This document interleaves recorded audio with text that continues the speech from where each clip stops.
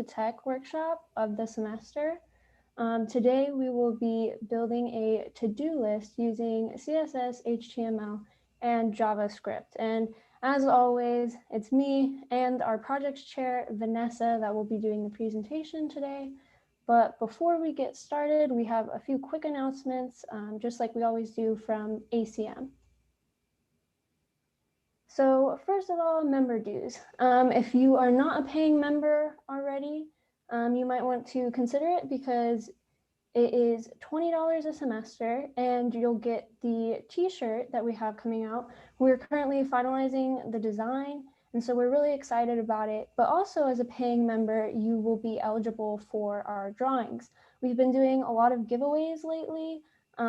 We've been doing giveaways outside of our meetings too, like with the CS department survey. So for sure, be sure to pay your member dues so that you can be entered in those giveaways. And we'll also be giving away a 3D printer here soon. So if you haven't already, make sure to pay your member dues at this link and you can scan that QR code there. Also, make sure to follow us on social media if you're not already. It's all some version of ACM UTSA. And so we are very active on Instagram, and YouTube is where all of our videos are. So be sure to check us out on those platforms. If you have any questions throughout today's presentation, you can ask in the YouTube chat or you can ask in Slido. And Slido lets you ask anonymously. And so that's in the link in the description below. Also in the description below is the link to sign in. Make sure you sign in, because if you are a paying member, then that will get you more points towards winning that 3D printer in a drawing. So be sure, if you haven't already, to check out the Google form to go ahead and sign into today's meeting. So upcoming events that we have ICPC as always. It's every Saturday. Congrats to the people who won the ICPC competition this past Saturday. If you want to improve your technical interview skills or just improve your data structures and algorithm skills, I highly recommend you go to ICPC. It's really chill, so don't worry about being intimidated or not being able to solve something. You'll all work together to solve a bunch of different problems using code. And those are hosted in the Discord from 10 a.m. to 1 p.m. on Saturdays. So be sure to check them out. And then not this week, but the following week, we have an ACM meeting and an ACM-W meeting.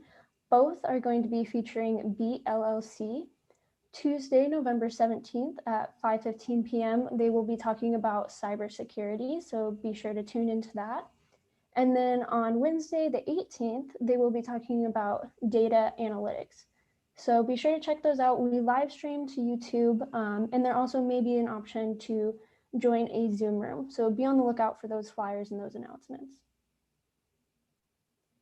Also, ACM-W is looking for officers and junior officers. So be sure to fill out the form that has that QR code right there. You can go ahead and scan that and get a look at the form. It's just so that they can get your contact information and get a sense of what you're interested in. They're currently looking for junior officers to shadow the current president, vice president, secretary, as well as a public relations officer and a social media officer. So be sure to jump on that opportunity. It's a great resume builder, and look into that because ACM-W, they're doing good stuff. Also, you can become a junior officer for ACM. Same thing, scan this QR code, fill out the form, just so we can get your contact information. And you can shadow one of the officers here. So whether you're looking for a role like treasurer or maybe projects chair, or maybe you don't know all the officer positions we have, feel free to fill out that form and get in contact with us so that we can get you with somebody set up so that you're shadowing them. And then you'll have a really great chance of getting that position next fall when we hold elections in the spring. So now is definitely the time to get involved and sign up, because like I said, it looks great on a resume, and it's also a lot of fun working with all of the other officers. Tomorrow, ACM will be at the Involvement Fair from 11 a.m. to 1 p.m. So if you know somebody who's kind of apprehensive about joining ACM or doesn't really know who we are, maybe direct them to come to this. Or if you just don't know too many people in the organization that well, feel free to stop in and chat. It'll be a Zoom room through Rowdy Link, and the Rowdy Link page is the QR code right there. So make sure to RSVP.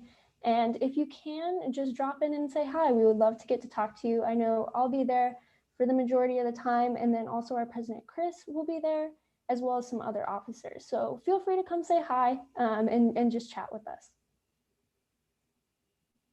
And our final announcement is today we launched a virtual fund drive for the San Antonio Food Bank. This is because it's the holiday season and we recognize that some people are struggling and not as fortunate as us. And so we want to raise $250 by November 21st to go towards getting people more food and getting them prepared for the holidays. And so the great thing about this is if you donate, it can be any amount.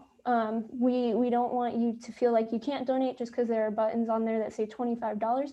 Feel free to go ahead and enter $3 or $5 or even $1. Anything helps. And if you donate, make sure to fill out the form that's on our page. And you can enter into a drawing for a chance to win a Anchor Soundcore Bluetooth speaker. So be sure to help out the San Antonio Food Bank, and you could also maybe help out yourself by winning a speaker. And so the link is in the QR code there. All right, without any further ado, we'll get into today's meeting, which is building a to-do list using CSS, HTML, and JS, which is short for JavaScript. So first of all, we mentioned HTML, CSS, and JavaScript, but what are these three things and how do they go into building a web page? So HTML is a language that will give you the basic structure of the web page. So when you see a body of text or when you see a header, that is what HTML is providing in the most basic format. But if you want to make it a little more fancy, let's say you want to change some colors or fonts or spacing, that's where CSS comes in. CSS we use to fix the styling properties how we want. So like I said, we can change color, we can change fonts, we can change the spacing on the web page, and we can just make it look really nice. And then JavaScript is what will make our web page interactive. So when you click on a button, if it takes you to a sub page, or in today's workshop, you can maybe click on a button and it will cross off a task on your to-do list. And so that's where JavaScript comes in. So we already have a video on HTML and CSS that was posted about a month ago. It was 2 workshops ago. So we're going to do a little overview, a little review of what those are. But if you're looking to learn more about HTML and CSS or you missed that video, be sure to go back and watch it. So HTML, like we said, it provides the structure for our web page. And HTML is a language made up of different tags. And so these tags can do different things. So for example, the div tag or the span tag can provide a different structure to your HTML code.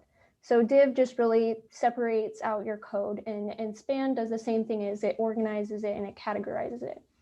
But you can also have different tags that allow you to do things like add a header or add text. And so there's also one where you can add a button.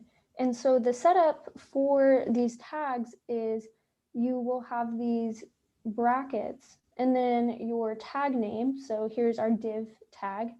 And then in between, you can have the content. And then afterwards, you can have the end tag, which is denoted by this slash here. And you can also add in attributes inside of these tags. So instead of having this close the tag right here, we can add in ID equals ID1 or something like that as a different attribute for this tag. And so again, if maybe you are looking for a little bit more in depth about HTML and CSS, you can go look at our other video. But that's just like a quick overview of how HTML code is kind of set up. And then CSS, so CSS is set up by using different selectors to change properties. So what we mean by a selector is usually it'll be a HTML class or an ID that we're looking for. And then our properties are what I was talking about earlier, what we can change. So we can change the font, we can change the margin, we can change color. And how you change a property is you say the property name and then a colon and then value. And so to make this a little bit more clear, I have some very basic HTML code and CSS code. So HTML, like we said, we have our tags. We see that this body tag starts all the way up here and ends down here. And we have all of our code inside the body. And so we have different tags in here like header, button, P for paragraph. And they have attributes, like I said, class and ID. And so we can see here that, for example, this is a header tag and it has the class name header and it says hello world. So we can see in our web page here, it says hello world. But how did we get it to be orange was through CSS. Like I said, we have a selector. So our selector is our class, and we know it's a class because it is preceded with this dot. So when we're using a class as our selector, we do dot and then the name of the class. But when we're using an ID as our selector, we just can say the ID. And like I said, we can change a bunch of properties. So for example, we're changing color and we're changing it to orange. And so we can see this line right here is how we made the header orange. So that is a very quick review of HTML and CSS. But we will be focusing on JavaScript for this tutorial. So here we're going to go through some basics of JavaScript, and then we'll get more into how we build this to-do list. So first, declaring a variable in JavaScript. So you can do this two ways. You can either use var or let to declare your variable, and then the name of the variable. So here we want to create a string variable. And we want this string to say hello world. And so our variable name is string name. And we know that we're trying to create a variable here. We're declaring a variable because we either have var or let. Now, I recommend that you use let. Var isn't really good practice, although it does work. So you might see var come up in some of our demos, and that's okay, it works.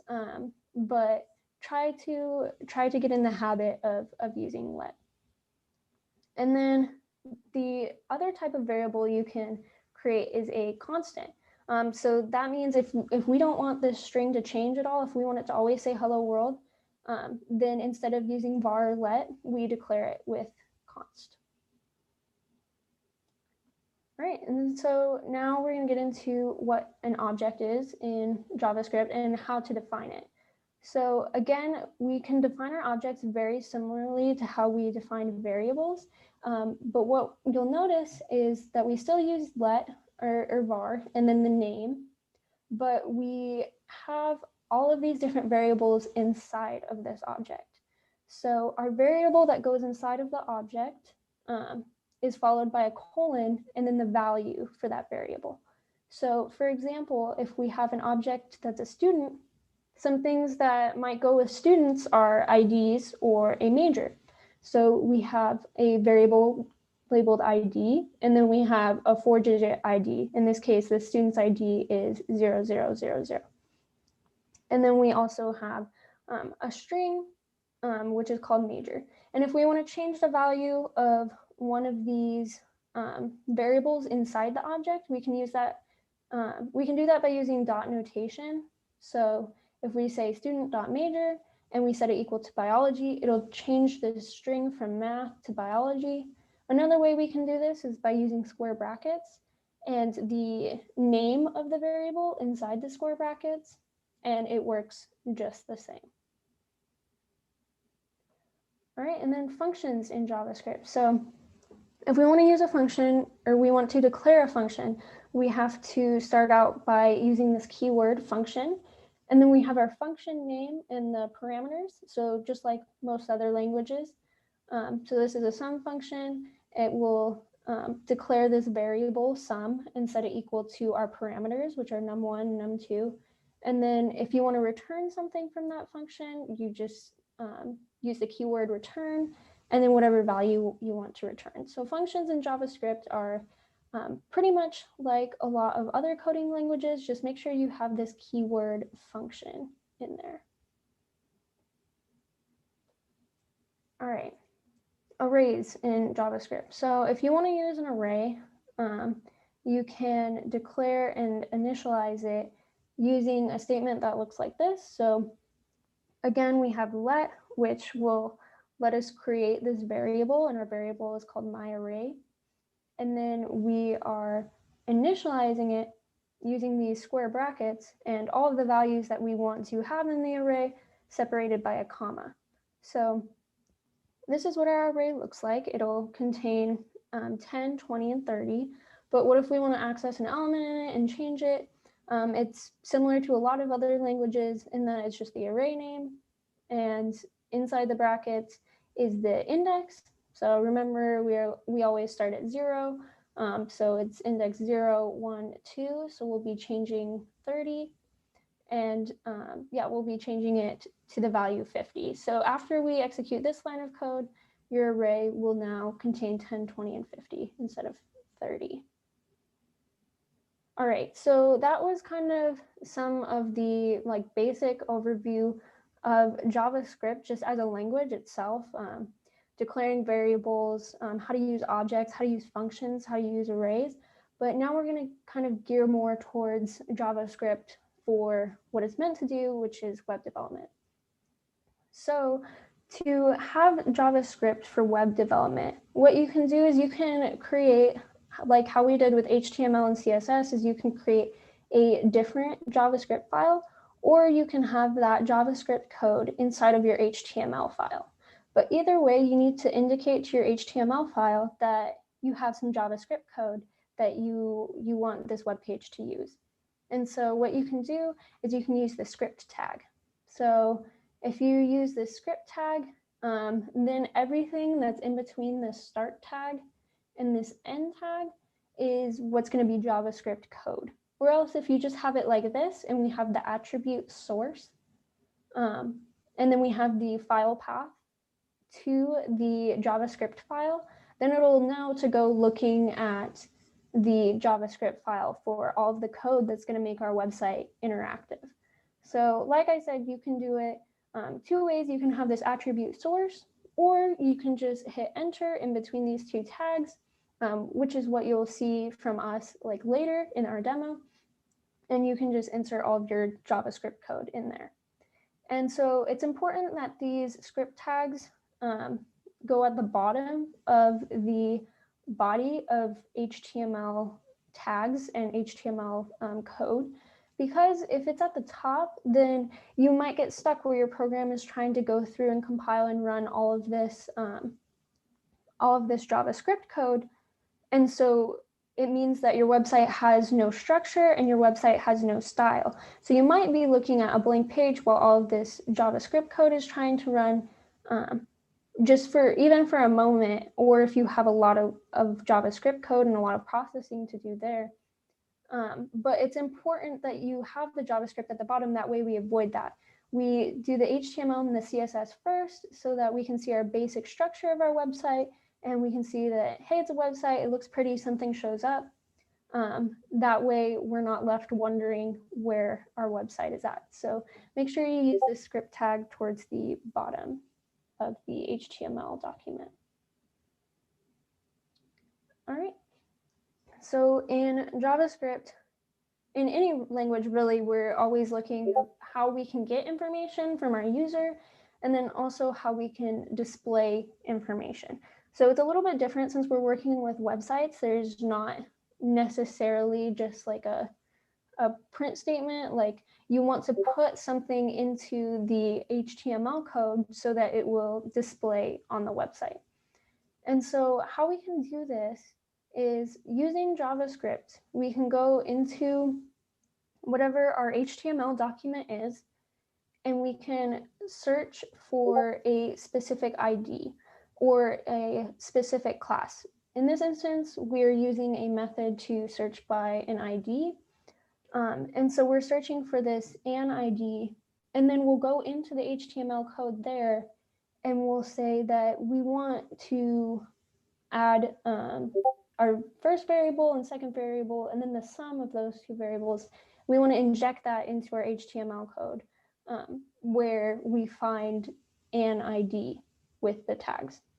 So it'll search for an ID that matches an ID in the HTML file, and then it will change that so that in between these body, it won't actually change your code, but you can think of it as in between this body would be these variables because it'll be displaying that. So when you do this, for example, if we're searching for something that has an ID of text and we say 5, 3, and then 5 plus 3, it will display 5, 3, and 8. And this, instead of body, this should be P for like paragraph or H1 for heading. That's my mistake, but this is just some tag that will display your text. And if we use this inner HTML, it will take the variables and whatever this is equal to and put it in so that it displays as text. So how do you get information from your user? So if you have a website, you obviously want it to be some sort of interactive thing. Maybe you have a form or something you want them to fill out. And so what you can do is you can use the input tag that HTML has, and you can give it attributes like an ID or a class like we've seen before. But you can also give it the attribute of type. And so this will dictate the type of question. So for example, or the type of response, the type of input response you want. So for example, if we want text, we set the type equal to text, and then we can add a placeholder that will like ask the question. And so these are just some of the attributes that this input tag can have. It can also have a maximum length. So let's say you're expecting a 4-digit number for the input. You can set it so that the max length is 4, and then your user won't be able to input any more information besides those 4 digits. And so it's great if we can get this information, if we can get an input box to show up, but how do we save the value that we get back from whatever the user types in this input box or whatever the user selects? So for example, we're asking a question and we're having the user type in their answer. And so we can say, we can declare a variable called user input using let, and then we can tell it to get the element by ID. And so we'll search for everything that's a question. And so once it comes across this line of code in the HTML document and sees that there's a question, then it will get the value that is in that box currently, which will be your answer. And so setting this equal to user input will return whatever that user put into that box.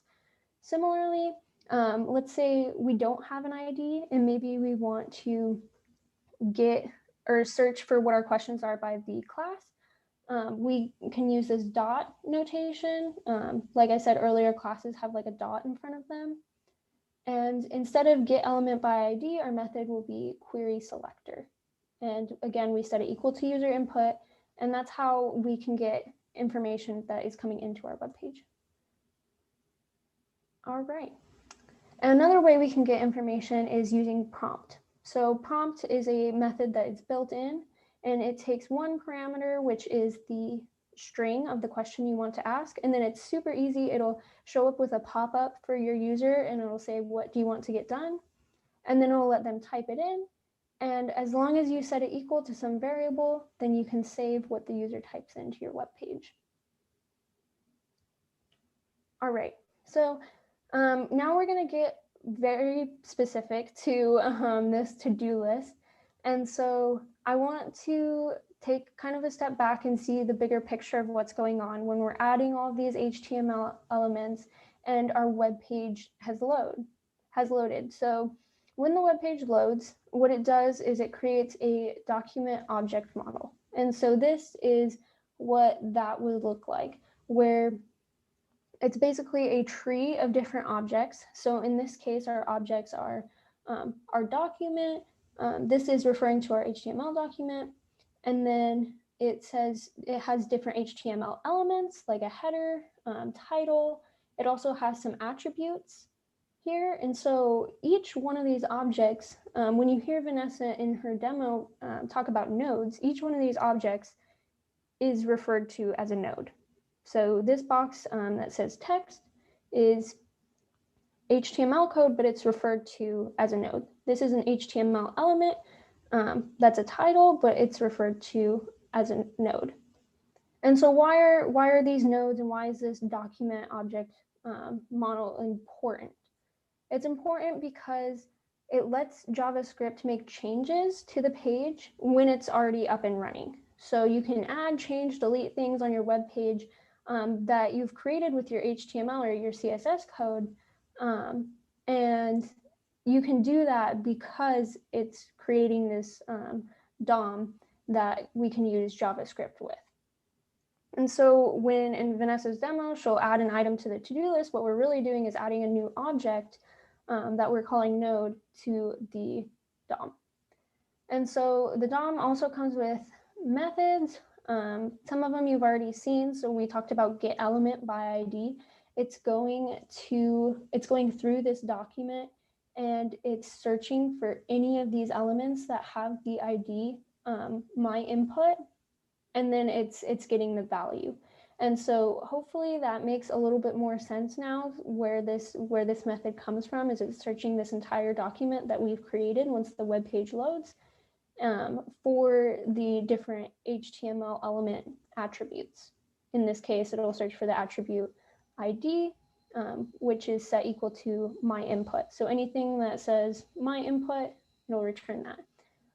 Also, another one of the methods would be append child. So if we have li.append child, it will look for an element or attribute or text called li, and then it will put something directly below it. So in this case, it would put t directly below it. So let's say we want to append a child to this element right here of HTML, and we want to append t, which is going to be a different like text element. This is a parent-child relationship right here, how it's vertical, straight up and down. So text is the child to element. So that's kind of how nodes work. When we create our nodes, we'll use the create element method that we also get from the DOM. And so what that does is it just takes one parameter, which is the tag name. And for our program, when we are creating lists, we'll use the tag name li, because they're corresponding to different tasks in our to-do list. And so we can start adding all of our lists to this, or all of our lists of items to this to-do list by appending each one as a child. And so I'll let Vanessa explain more about that, but that's kind of the overview of what's happening, what a node is when she talks about that. So I'll go ahead and hand it over to Vanessa.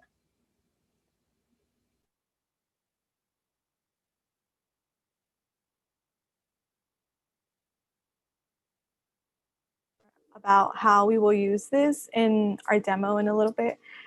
So some important tags are IL, which is used to represent an item in a list. We will be using that throughout our code. We also use document create element, which is a method to create an HTML element specified by a tag name. We will also use get element by ID, which returns an element object representing the element whose ID properly matches the specific string. We will also use var_t equals document.create text node input value. And in this function right here, what t is a text node that holds the input value, which is a string. And it will contain this data, and this will be put into a text node. Once it's put in a text node, then that allows us to append child. And what that means is to add another element to the end of the list.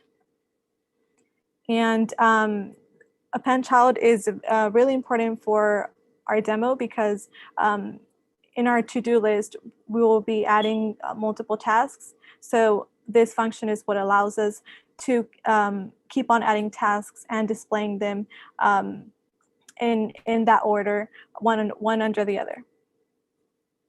Okay, next slide. So we also will be creating a button that when it's clicked, it adds that specific task to the end of the list. And I'll be using the Bootstrap onClick. It is a framework of CSS, and it incorporates HTML, CSS, and JavaScript. And this is kind of what it looks like right here, this line of code. We call the class add_btn, and our button is labeled add. And I'll talk about it a little bit more in the demo, but this is what that line of code looks like that makes that button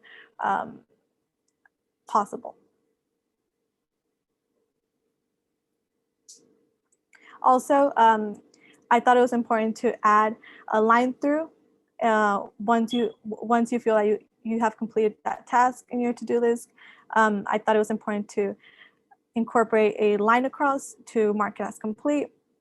And what that takes in terms of code is the add event listener. This method is really important for this implementation because it is a method attached to an event handler. And what an event handler is that it controls the event and decides what happens when that event occurs. And in this case, the event is a click on a task. And if it captures that click, then it executes a function to that specific task. And we also use document query selector to make this implementation possible. And what this does is it gets the first element in the document. In this example, it gets the first element in the document with the class labeled example. And then we also used the checked class. It's a class in CSS, and it is a selector to represent an element that is checked.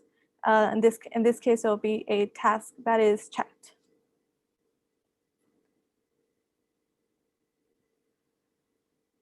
Also, some styling properties that we will be using are padding. What this is it generates space around certain elements, and the content inside defined borders that we will implement. Also, we also use cursor, which indicates the current position of the cursor, and then the margin that sets the area of all four sides around the elements. Okay, so I will share my screen now.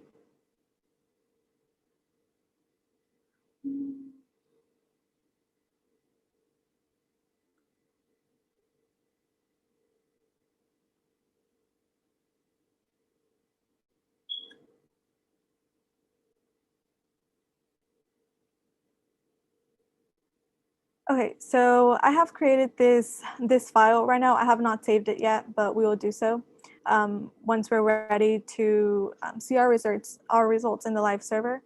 But as you may recall, in our last workshop, we mentioned how an HTML file, we can also add CSS code and JavaScript. And in this case, we are using HTML, CSS, and JavaScript, but we are not using different files. We're using the same file to write our CSS code and JavaScript and HTML. So we're not referencing any external CSS sheet in this case. Also, I'm using Visual Code Studio. I also used this in the last workshop. I think it's a really good code editor. And like I had mentioned, I installed some extensions that make debugging a little bit easier. And also it allows us to launch on our live server to see our our, our page is instantly. We will see that throughout our demo today. So to get started, as you may recall, in the last workshop, I mentioned how all HTML files begin with the type of HTML you're using. In this case, we're using HTML5, and that is defined like this. So I have this, so this is good to go, and then it's followed by HTML and our head.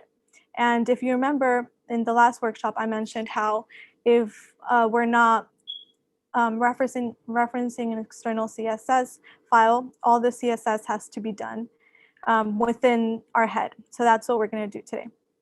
So I have my head, and right here is where we're going to type in all our CSS code. And then outside of our head, and inside of the body, we can type in our JavaScript. So this is where we'll be typing our JavaScript. Okay, so I went ahead and typed this line. This line just tells the browser our initial dimensions and the initial scale, and it allows the browser to read this, so it can know the proper dimensions that we want. So I will start by adding some HTML, and then we can go back to styling. So outside of our head, we will begin with the header. We can just label our to-do list, my to-do list. We can set our margin, and we can also input a small text box where that's where we'll be inputting our tasks that we want to add. And we can also put a button, an add button. And then later on in the JavaScript, we can implement the functions for that. So right here, outside of our head, we can put our HTML. So we can start with a div tag right here. It's my div. And this is class header. This will just be our header.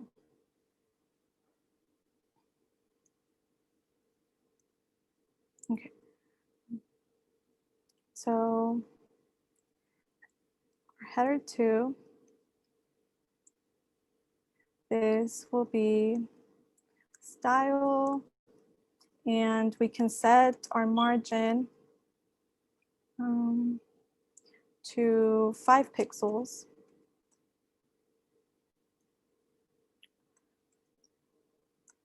And we can label this my to-do list. And then that would close our header.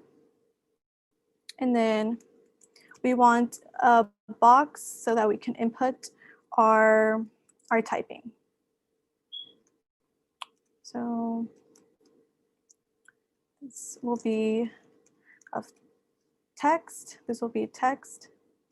And then ID would be my input. And then we close. Okay, so this would make a little box where we could begin typing. This would not allow us yet to append, but just to have that box ready. So then right here, we're gonna have a button, like I had talked about, using a bootstrap class.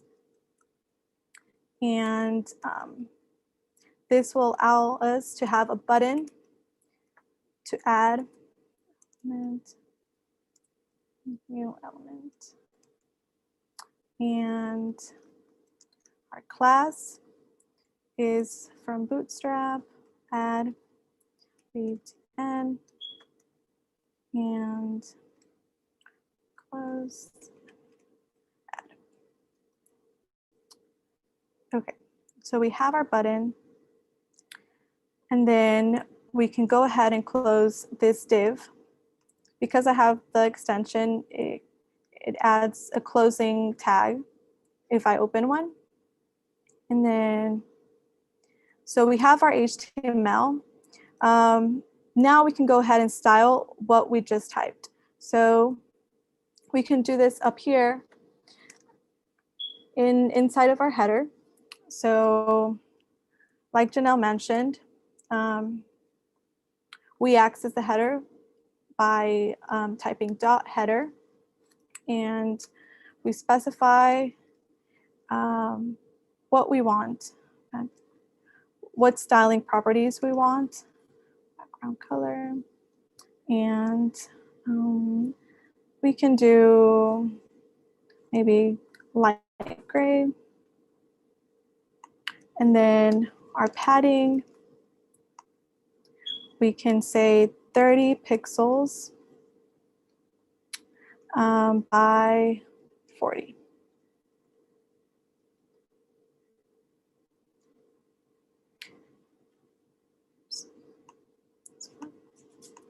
And the color of our header can be white.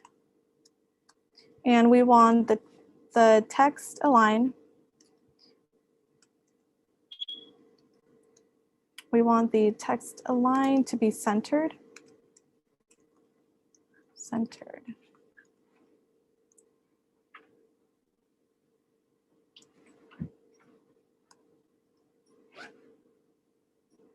Okay, and while we're here, we can also edit the body of our document. We can set the margins, which is the space around around the elements, to be 0. We want the min width, which doesn't allow our elements to shrink beyond a certain point. And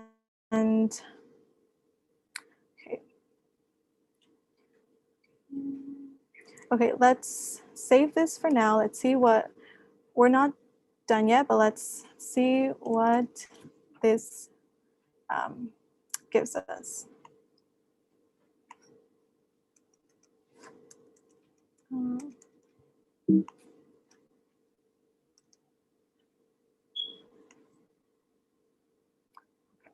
Then we use our live server to see our results.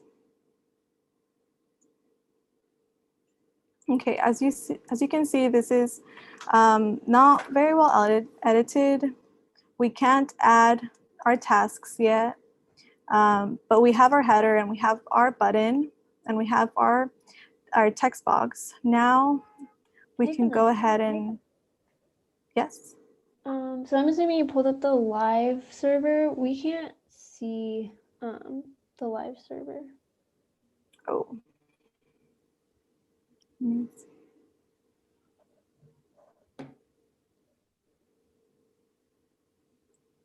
Just to be clear, are you sharing your screen or are you sharing the app? I'm sharing the screen. There you go. Perfect. There you go. Cool. Okay. So we do have our header. We can't add things yet, but at least we have our header and we have our button and we have our text box. Okay, so let me share my screen again.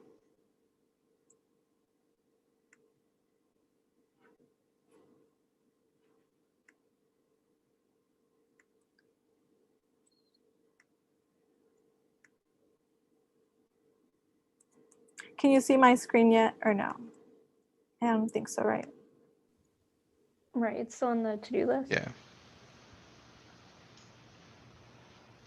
Okay. There we go. Okay, so we still have some styling to do. So let's try to get our add button to work. So that also requires some CSS. That requires some CSS. So we would type this down here. So that could be done. First, we need to make a new element, a function new element. And then let me type this and then I'll explain what this is.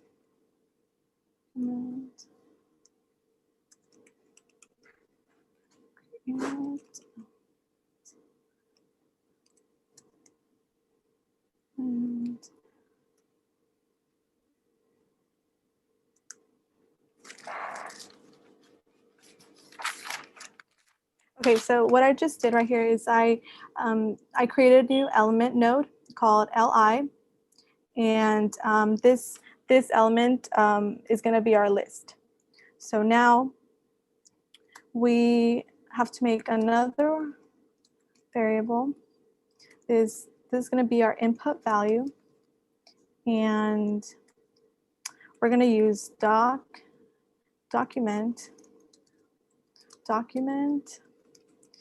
get element by ID,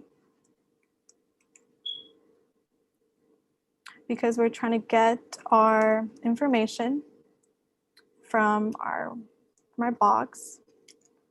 But that's going to be our value. So then we have to make a text node before we can append any of our inputs to the list. Text node.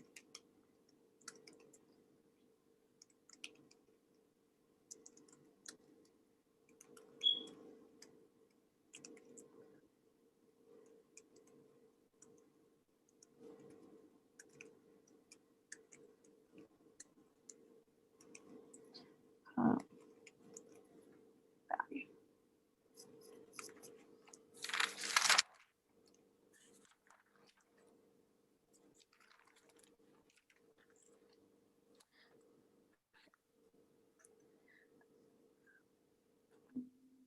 Okay, so we just created our text node, and this will allow us to append our other inputs to the list. So now that we have our text node, we can use the function append child to the text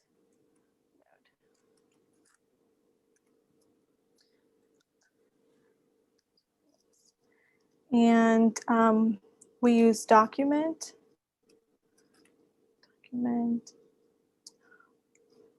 get element by ID.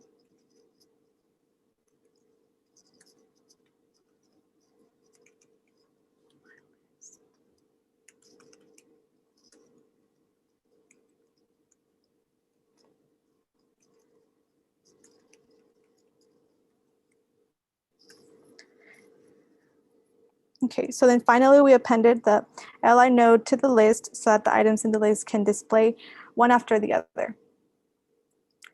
Then we can close this. Close it.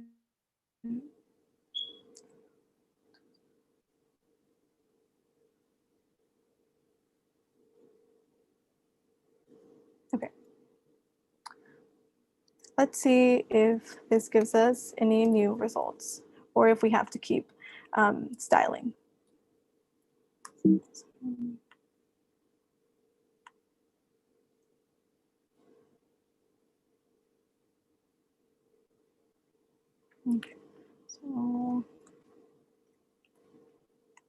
Okay, so we still have to finish implementing this add button because, as you can see, we still can't properly add our list to the end of the node.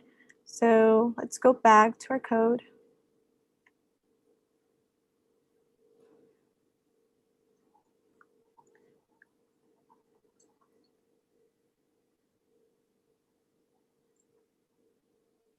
Okay.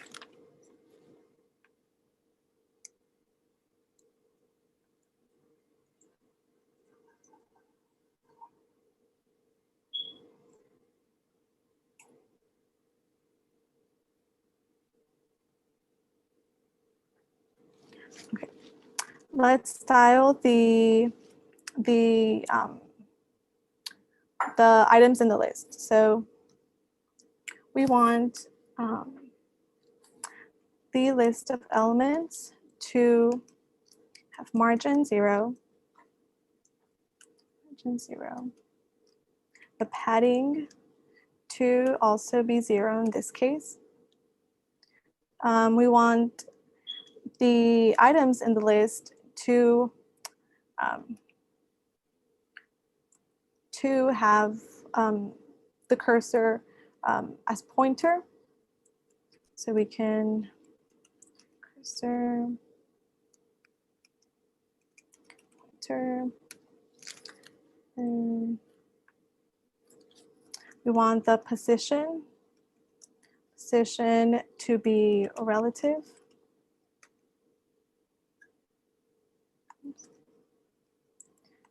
And the padding, we can set 12 pixels, 8 pixels. The padding, as you recall, is the area for each element on all 4 sides. And we can set the background to be white. The font size,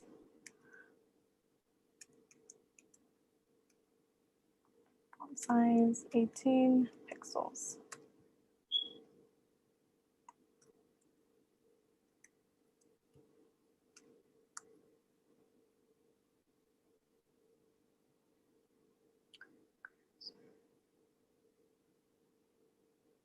Okay, next.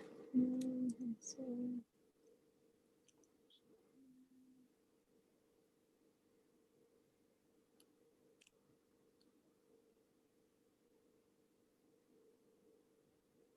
Okay, let's save it and see if our results show the list appending, or the items of the list appending to the end.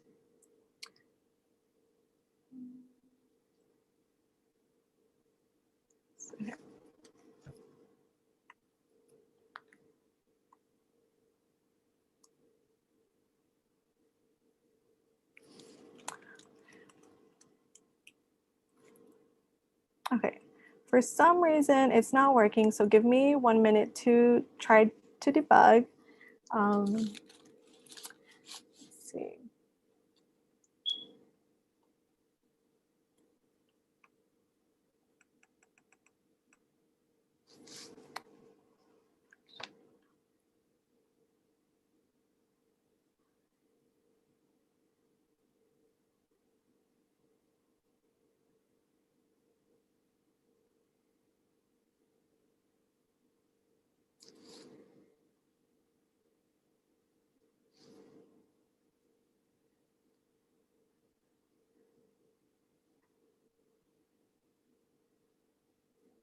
Okay, I think this is a problem. This should be my list instead. So let's save it.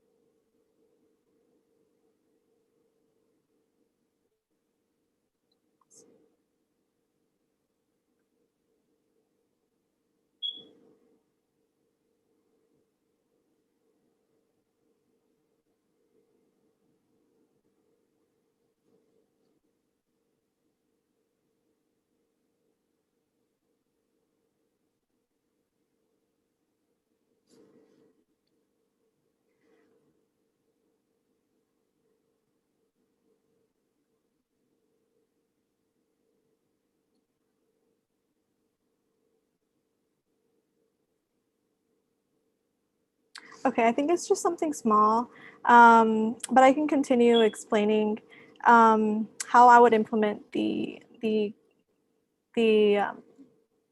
check mark that would, or the cross line across a task that would mark a task as completed. So we can do that instead. Hopefully that might solve the issue. So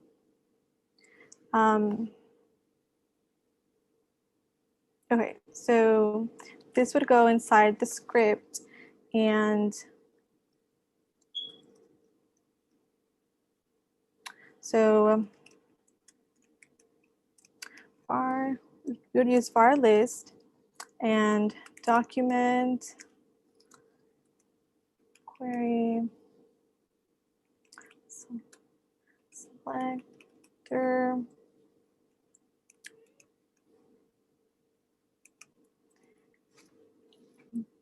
Okay, and then I mentioned this this function earlier in the presentation, the event listener. And what this does is it tries to capture that click that would mark a task as completed, and it would allow that slash mark to mark that task once the mouse is clicked. So let's implement that. Okay,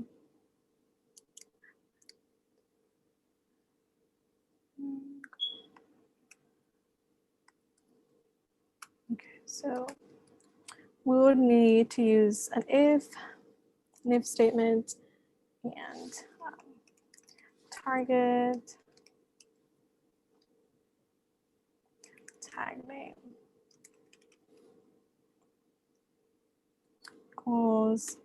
This makes sure that the mouse click is within the elements of the list, and if so, then it calls for that function, that predefined function checked in JavaScript. Class.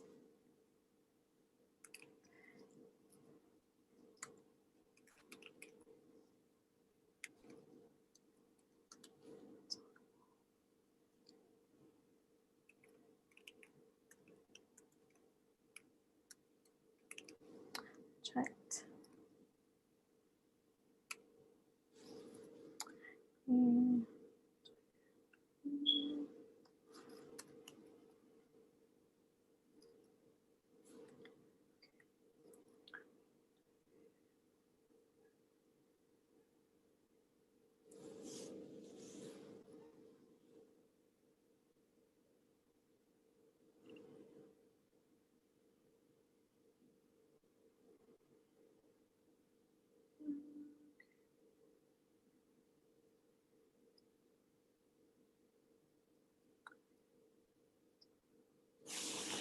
I think you have an extra apostrophe by list.addEventListener.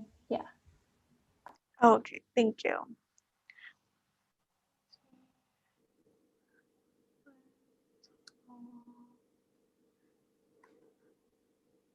For some reason.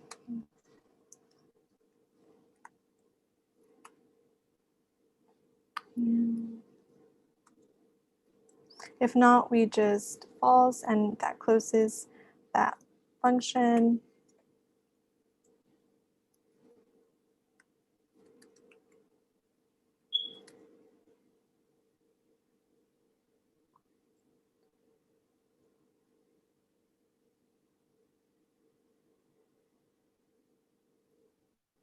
Okay, and then we would need some CSS properties to style the checked. So I checked background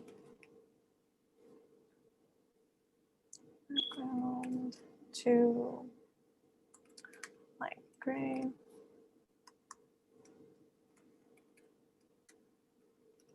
Color,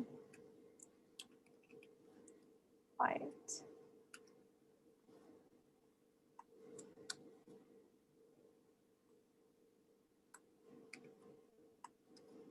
And the text decoration be line through.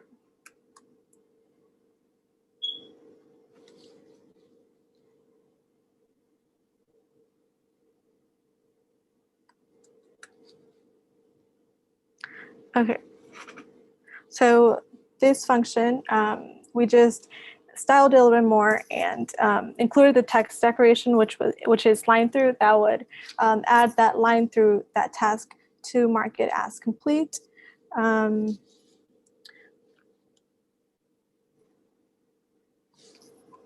see. Checking if I'm missing anything.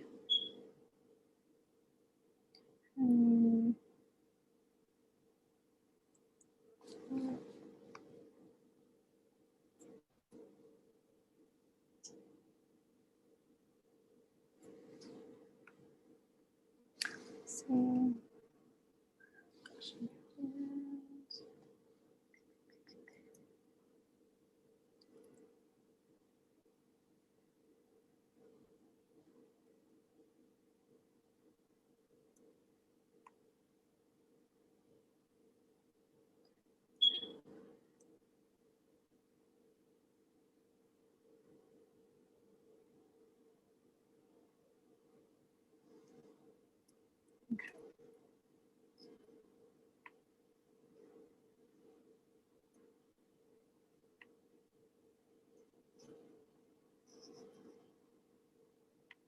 I know I'm running a little bit over time.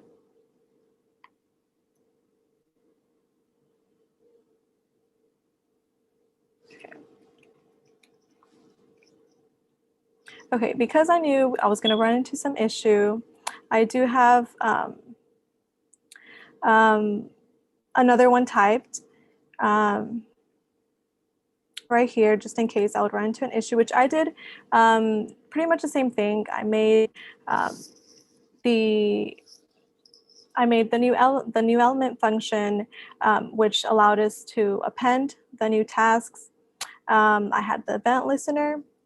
I included almost everything. I included our button too. So let me run this one. I think it might have been a typo somewhere that I missed, but we can see what this one does. The color is a little bit different, but it was essentially going to do the same thing.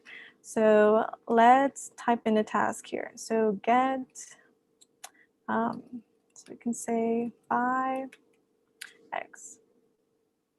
So what it was supposed to do, it was supposed to add it to the list, and then we're going to have more tasks added. For example, read chapter 6.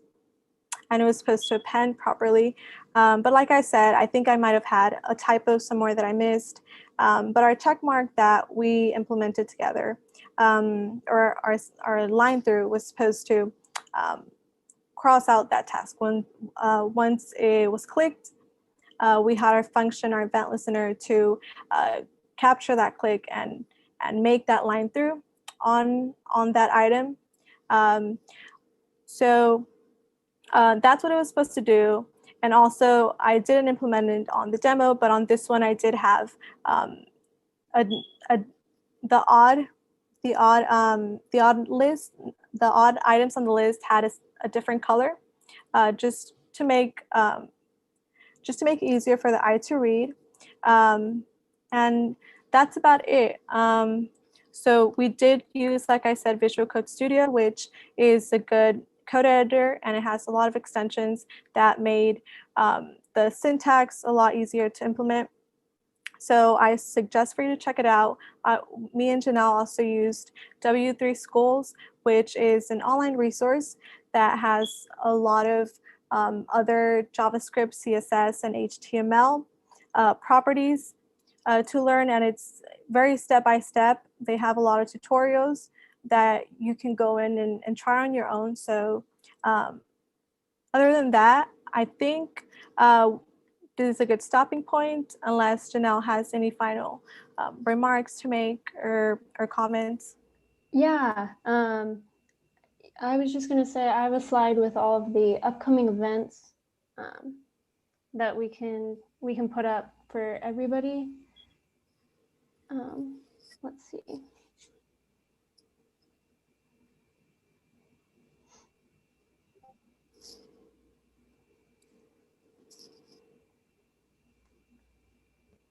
So this was what was kind of mentioned at the beginning. This Saturday we have ICPC. Then not this week, but next week on Tuesday and Wednesday, BLLC is coming, so don't miss those. And things you can do in the meantime, you could donate to the San Antonio Food Bank and already put your name in to win that Bluetooth speaker. You could apply to become a ACM JO or a ACM-W officer or JO. And if you have any questions, as always, feel free to reach out to any of the officers, either in the Ask an Officer channel on Discord or through our Slack. Feel free to reach out anytime. But with that, I think that wraps up this presentation. So thank you so much, and we'll catch you all next time. Thank you.